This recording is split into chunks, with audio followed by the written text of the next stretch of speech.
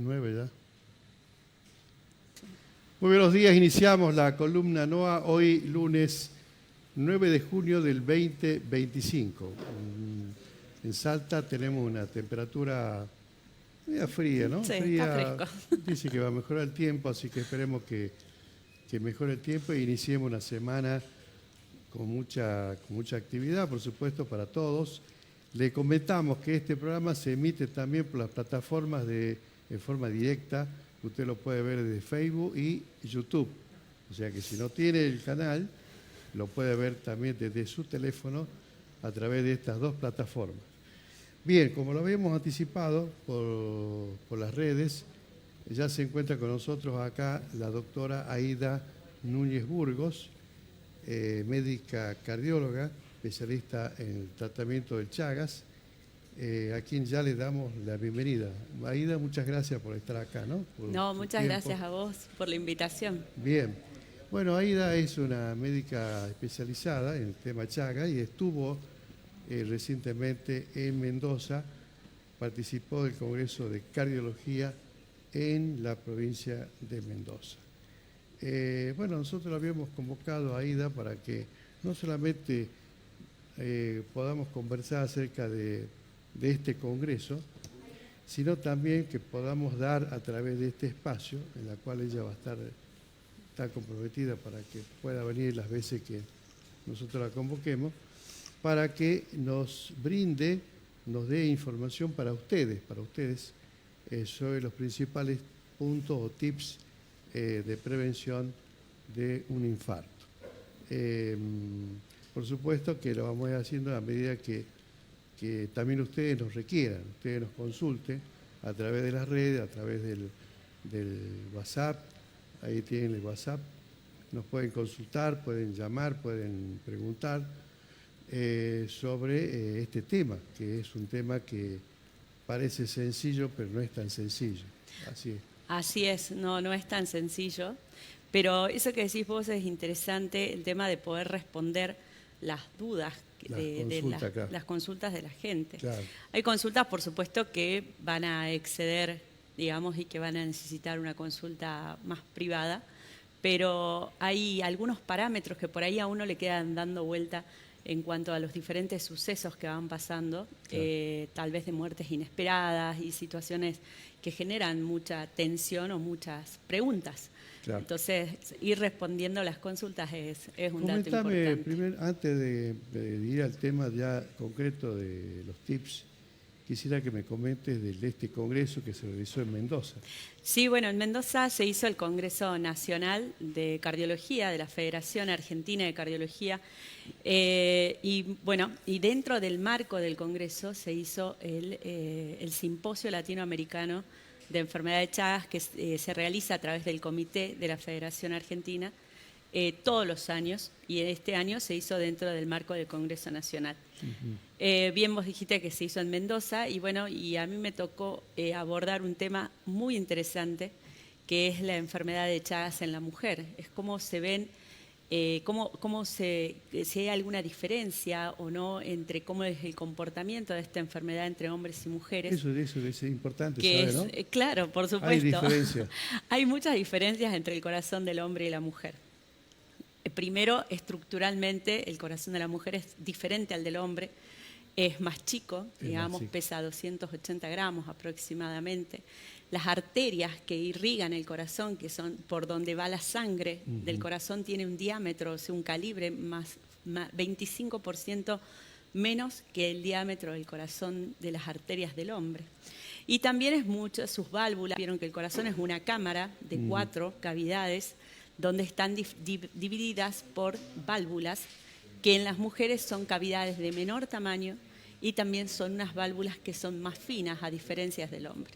Entonces, hay diferencias estructurales y también lo que hacemos, también el tema de cuando la mujer va creciendo y va evolucionando, también va sufriendo diferentes cambios en la etapa de la juventud, la adolescencia, toda la etapa de la mujer en edad fértil, que para la enfermedad de Chagas, la mujer en edad fértil es una de las etapas más importantes para el diagnóstico y el tratamiento, para poder evitar de esa manera o disminuir el contagio de la enfermedad de Chagas a través de la placenta. Esto no quiere decir que todas las mujeres que tengan Chagas van a transmitir la enfermedad a los niños, no, sino que aparentemente entre un 3 a un 4%, y depende de varios factores, puede transmitirse. Una de las maneras de transmisión de la enfermedad es a través de la vía transplacentaria, o sea, a través de la placenta de la mamá. Entonces, cuando hablamos de Chagas y mujer puntualmente, tenemos que hacer mucho hincapié en el diagnóstico precoz de la enfermedad en las mujeres para poder recibir un tratamiento que es el Vesnidazol o el Nifurtimox, que es el tratamiento que se realiza, es el antiparasitario, que en algunos estudios demostró que disminuye más el contagio a través de la placenta. Y por supuesto el seguimiento del niño, que por ley, dentro de todas las enfermedades connatales, la enfermedad de Chagas forma parte de la pesquisa neonatal, que se llama, de las mamás que tienen un análisis de Chagas positivo durante el embarazo. Exactamente. Entonces, cuando el niño nace, se realiza un estudio que es para detectar el Chagas agudo, no a través de anticuerpos, que son los que generan a lo largo del tiempo, que es la defensa del organismo, sino para detectar el parásito en la sangre del niño, y ahí estaríamos frente a lo que es el Chagas congénito, que es una forma de esta etapa aguda de la enfermedad, donde se administra la medicación, o sea, se le da el tratamiento, con infectología, por supuesto, y ese niño tiene un alto porcentaje de curación, más del 90%. ¿Más del 90%? Más del 90%. Mirá vos. Sí, porque el Chagas, lo que tenemos con el Chagas es que el Chagas es un parásito que tiene dos etapas. Una etapa aguda, que es cuando el parásito está en la sangre, y es ahí donde uno puede dar el tratamiento antiparasiticida, o sea, que es el Nifurtimox o el Vesnidazol, que son los que se utilizan. Claro. Cuando el parásito está en sangre, uno da el tratamiento y eso sí tiene un efecto. Ahora, en la otra etapa del Chagas, que es la etapa crónica de la enfermedad, que es cuando el parásito ya no está más en sangre, como está en la etapa aguda, sino que hace como unos pseudoquistes en el tejido, en los tejidos, sobre todo tiene una gran afinidad en las cepas nuestras por el tejido cardíaco, y ahí cuando ya queda dentro del quiste enquistado, o sea, donde queda dentro del tejido, por más de que uno dé el antiparasitario, es difícil que llegue al tejido, sino que tiene que estar en sangre. Por eso es tan importante diagnosticarlo tempranamente, y en cuanto a lo que es de Chagas y mujer puntualmente, hacer la pesquisa, por supuesto, neonatal, que como te digo es ley, o sea, no es algo que no se hace, sí se hace. Y de esa manera también nosotros como médicos poder explicarle a los pacientes la necesidad de que estos niños vuelvan al control y cumplan todo el tratamiento como corresponde. Y por supuesto, posterior a eso, el seguimiento médico. ¿Hay estadística acá en la provincia de Salta sobre Chagas? O sea, sobre qué cantidad de enfermos de Chagas existen y cuáles son las estadísticas en cuanto a las mujeres, digamos que... No hay estadísticas puntuales de mujeres, no hay. Pero no en Salta, sino a nivel de la Organización Mundial de la Salud. Hay 8.000, lo que dice la Organización Mundial de la Salud es que hay 8.000 casos, digamos, de recién nacidos, pero no hay una estadística puntual de mujeres de enfermedad de Chagas. Es un dato que sí, hay datos. Si uno ingresa a la Organización Mundial de la Salud, hay 1.200.000 mujeres entre 44 y 55 años aproximadamente, pero son datos generales, pero no hay puntualmente datos más específicos. Yo creo que es importante que uno como médico lo piense cuando está frente a un paciente, como todo el resto de las enfermedades.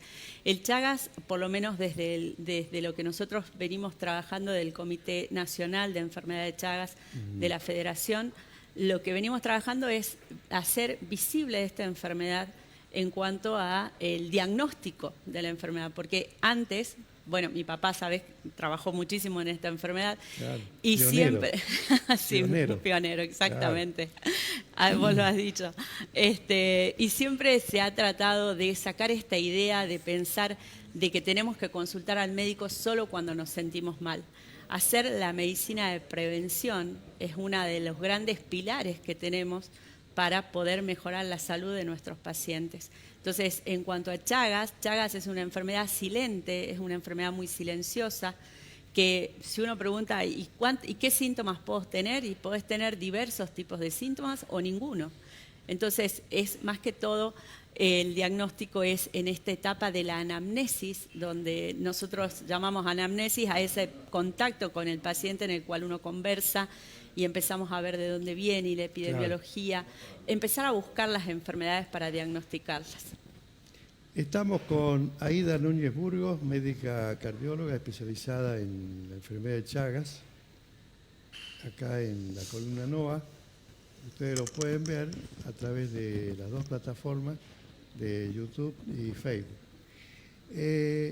Vos sabés que me acordaba, recién hablábamos de tu papá, de Federico, y me acordaba del fallecimiento de mi mamá que se produjo, que ella tenía una cardiopatía chagásica y ella tuvo una muerte súbita. Uh-huh. Yo me acuerdo cuando me da la noticia que estaba en terapia intensiva, yo llego al sanatorio del Modelo y me recibe tu papá, me dice muerte súbita. O sea, ya no había nada que hacer. Por supuesto que ella tenía otra patología, comorbilidades, ¿no? Otra patología que no era la única. Pero que como bien decías vos, el infarto es una de las consecuencias, ¿no es cierto?, de esta enfermedad. El infarto es es un proceso de enfermedad que puede coexistir. Por eso, claro, cuando hablamos de Chagas o hablamos de infarto, el paciente no es solo Chagas, solo infarto, que claro, es lo que llamamos cardiopatía isquémica. Claro. ¿Sí? Entonces, dentro de los factores de riesgos del corazón, los factores de riesgo cardiovasculares, están todos estos factores como la diabetes, la hipertensión, la dislipidemia, o sea, estas alteraciones de las grasas que van a contribuir al desarrollo de otras enfermedades. Claro. O sea, al mal desarrollo de un proceso de enfermedad. Y dentro de eso, por supuesto, que está el Chagas también. Claro. El Chagas es una de las patologías que tiene una incidencia en lo que es la muerte súbita, claro, por el Chagas mismo puntualmente. Y eso, cuando se asocia a otras enfermedades, por supuesto que tiene una diferencia en su evolución. Por ejemplo, lo que hablábamos de tal vez esto de no dedicarle tanto tiempo al cuidado del cuerpo, la actividad física, disminuir el estrés o tratar de manejar de otra manera el estrés, también ha adquirido una gran importancia en todo lo que son los tratamientos médicos. Porque si uno da un tratamiento para la hipertensión, pero no cambias los hábitos de vida, por ejemplo... hábitos de alimentación. La alimentación, el sedentarismo, hay que dejar de fumar. O sea, el cigarrillo es un factor de riesgo importante, genera mucha inflamación y eso no es bueno para el sistema cardiovascular ni para los otros órganos, por supuesto. El hecho de no hacer una actividad física que sea rutinaria. Regular. Exacto, tiene que ser regular y controlada. Claro. O sea, la actividad física está absolutamente prescrita por nosotros, o sea, por los médicos, dentro de lo que la cardiología habla hoy. La actividad física es una indicación puntual para el manejo de las enfermedades cardiovasculares, pero tiene que ser controlada. O sea, tenés que hacerte un chequeo previo y tiene que ser una actividad física que sea acorde a cada uno de nuestros pacientes. A cada organismo, digamos. Por supuesto. Claro. A las patologías, como bien dijiste vos, que están asociadas a las enfermedades. Por ejemplo, la artrosis no es un dato menor. O sea, la artrosis, las alteraciones motrices, por ejemplo, en los pacientes que tienen más años, bueno, yo veo muchos pacientes adultos mayores. adultos mayores que son un encanto, y a que a todos se le indica una actividad física, pero que sea una actividad física que vaya a ser beneficiosa y que la puedan cumplir sin tener un riesgo, ¿no? Que la puedan cumplir y que aparte se sientan bien, digamos, Cómodos. porque no tiene sentido, digamos, forzar a alguien que lo haga y que lo haga contra su voluntad. Por supuesto. ¿No? De hecho, Y enseguida volvemos, ya por supuesto estamos conversando sobre este Congreso de Mendoza, Congreso de Cardiología, y también sobre los principales tips para prevenir un infarto. Bien, seguimos acá en la columna Nova, estamos con Aida Núñez Burgos, médica cardióloga, especializada en la enfermedad de Chagas. Bueno, nosotros la convocamos a Aida para que a partir de ahora, no sé si todos los lunes, pero con frecuencia podamos estar acá respondiendo las consultas de ustedes, ¿no? Ustedes son pacientes, ya sea que en este caso, si tienen alguna enfermedad cardiológica o son enfermos de Chagas, pueden hacer la consulta acá a la columna Nova. Ahí figuran los teléfonos al pie de su televisor. Le vamos a poner el teléfono para que usted nos pueda consultar, pueda mandar las consultas. Ahí está el teléfono, para que usted pueda mandar las consultas, las preguntas, así nosotros se las trasladamos acá a Aida Núñez Burgos. Bueno, ella recién nos comentaba de este Congreso de Cardiología de Mendoza, y ahora vamos a dar algunos tips sobre cómo prevenir un infarto. O sea, cuáles son los síntomas de un infarto y cómo actuar.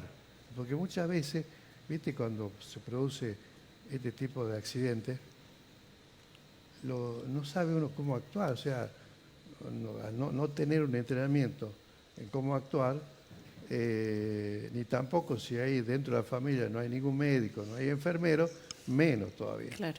Entonces, ¿qué hacer? ¿Qué hacer en ese momento? Mira, yo creo que lo que hay que hacer primero es, si hay cualquier síntoma que sea diferente al que uno siente. Por ejemplo, El infarto a veces puede generar dolores típicos, que son el dolor de pecho, que es como esta sensación que se describe bien como una sensación de que te aprietan el pecho y no te deja respirar. sí, Es una de las formas de presentación más frecuente. uno de los síntomas. Uno de los síntomas. Igual que el dolor del miembro superior izquierdo, o sea, del brazo izquierdo. Del brazo izquierdo. Aunque pueden doler los dos brazos también. Hay distintos tipos de síntomas, pero esos son los más frecuentes, por decirlo de alguna manera. Sí. O sea, dolor de brazo izquierdo y dolor de pecho. Y el dolor de pecho. Que aparezca de forma repentina. O sea, porque también hay que diferenciar ese tipo de dolor de dolores musculares y Claro, articulares, ¿no es claro. cierto? O sea, no todos los dolores de pecho van a ser Claro. un infarto.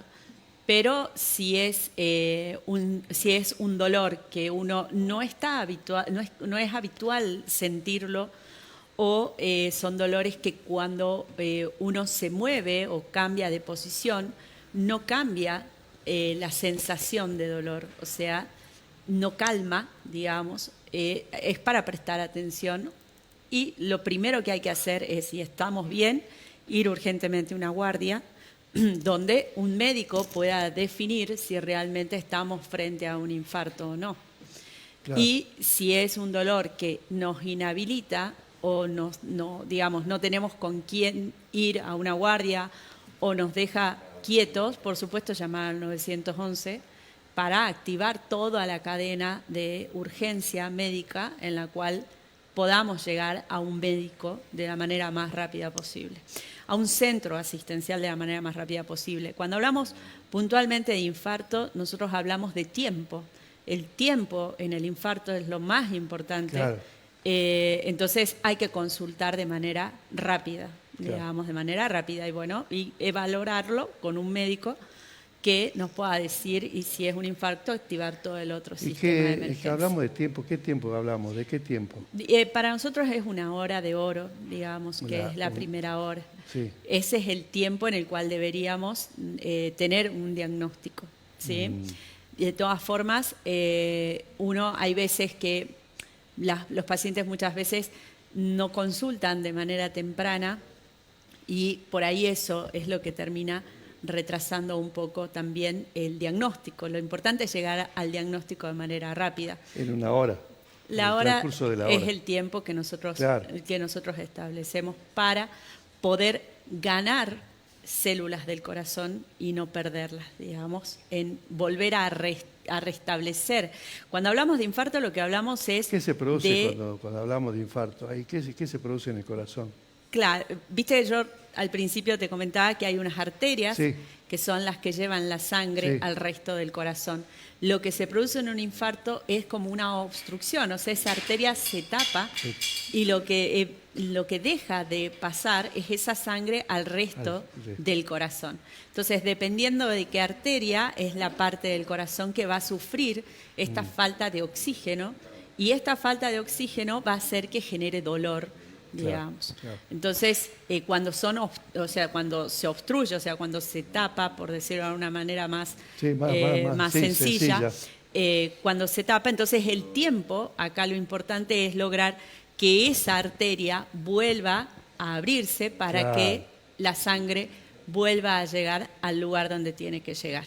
O sea que el tiempo es valiosísimo. El tiempo es valiosísimo, por eso es que cuando hablamos con los pacientes, uno tiene que escuchar su cuerpo y tiene que ir al médico. O sea, tenés que ir a la guardia, o a un médico, o sea, consultar, digamos, de aquellos dolores que salen de lo habitual. Porque mucha gente mayor, que es lo que generalmente vemos, por ahí tiene muchos dolores, hay diferentes tipos de dolores que por ahí podés tener, pero siempre hay un dolor que es distinto, o sea, y que el paciente lo puede reconocer como distinto. Así es. Entonces no hay que esperar, hay que consultar. Muy bien, estamos con Aida Núñez Burgos, médica cardióloga especializada en Chagas, enfermedad de Chagas, y también, por supuesto, especializada en adultos mayores. Por lo tanto, digo esto para que en el próximo programa vamos a traer testimonios de adultos mayores que estén bajo tratamiento de acá de Aida Núñez Burgos, para que nos brinde ese testimonio de su enfermedad, cómo está llevando a cabo esa enfermedad y cómo sigue, digamos, la atención, en este caso, a cargo de la doctora Núñez Burgos. Bueno, Aida, muchas gracias por este tiempo. Gracias a vos. Te vamos a convocar, por supuesto, en los próximos programas para que cuando desarrollemos y, por supuesto, vamos a estar atentos a las preguntas que nos hagan nuestros televidentes. Que son pacientes, seguramente son pacientes no solamente de Aida, sino son pacientes, tienen alguna enfermedad y pueden consultar, ¿no? Así es. Bueno, muchas gracias, Edgar. Muchas gracias.